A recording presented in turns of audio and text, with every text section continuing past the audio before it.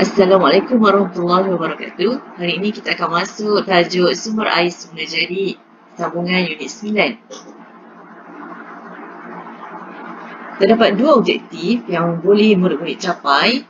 Yang pertama sekali ialah murid-murid boleh menyatakan sumber air semula jadi seperti sungai, tasik, telaga dan juga mata air.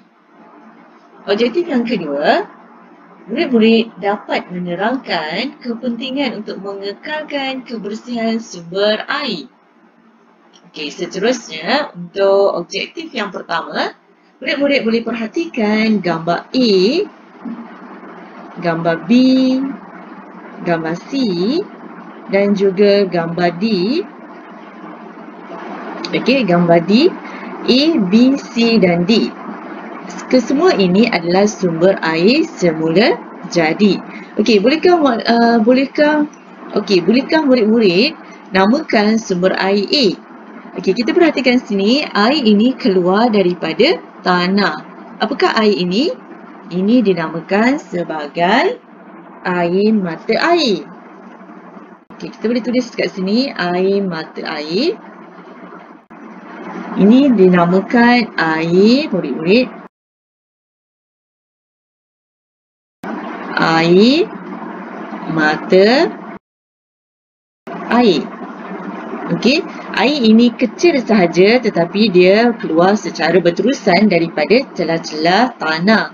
Okey, gambar B pula. Apakah gambar B ini, murid-murid? Gambar B ini ialah tasik.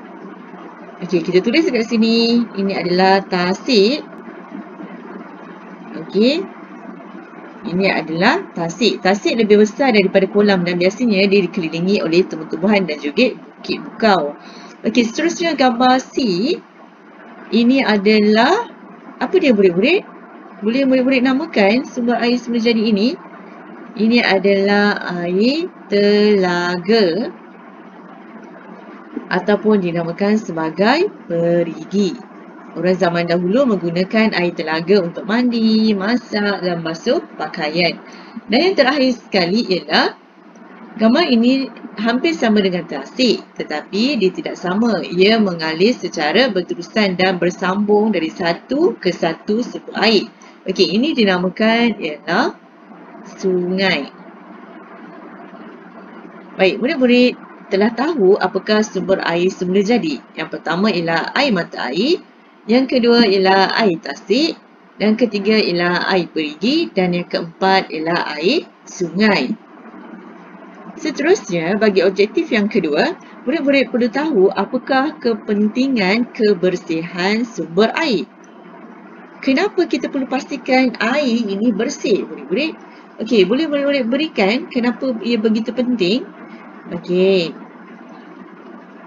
Murid-murid mesti ingat mengapa kitaran air semula jadi itu sangat penting. Salah satunya ialah ia untuk memastikan bumi kita sejuk.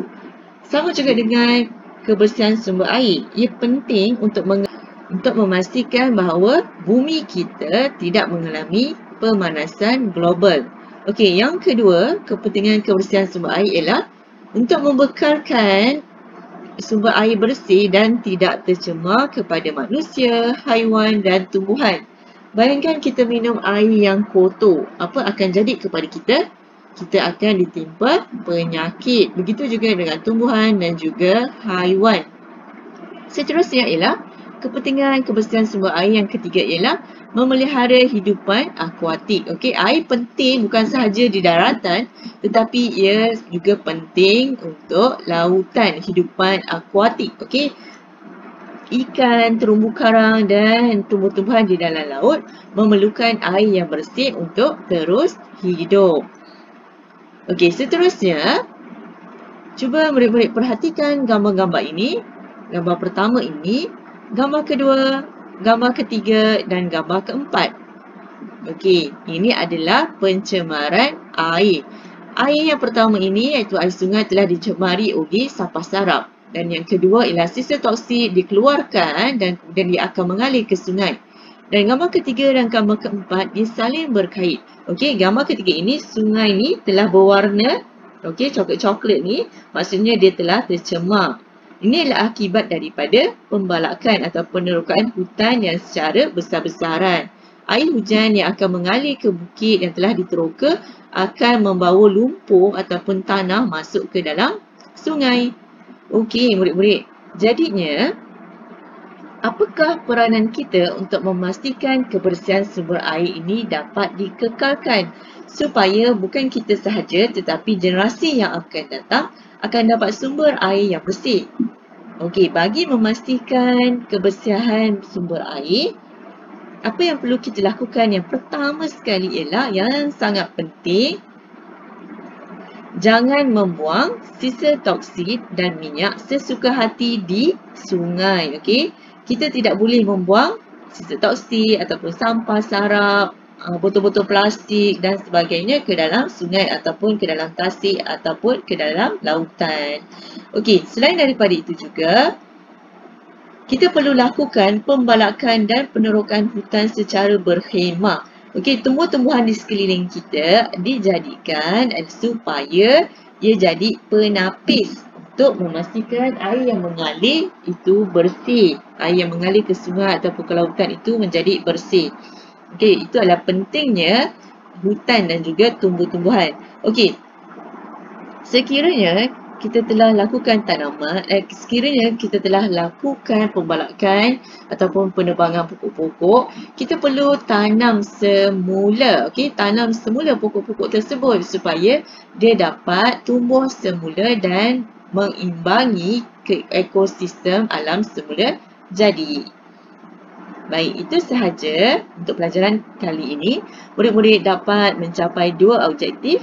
Okey, yang pertama sekali ialah murid-murid dapat tahu tentang apakah sumber air semula jadi. Dan yang kedua ialah apa yang menyebabkan sumber air semula jadi itu kotor ataupun tercemar dan bagaimanakah cara kita mengekalkan kebersihan sumber air. Okey, kita jumpa lagi pada pelajaran yang akan datang. Assalamualaikum warahmatullahi wabarakatuh.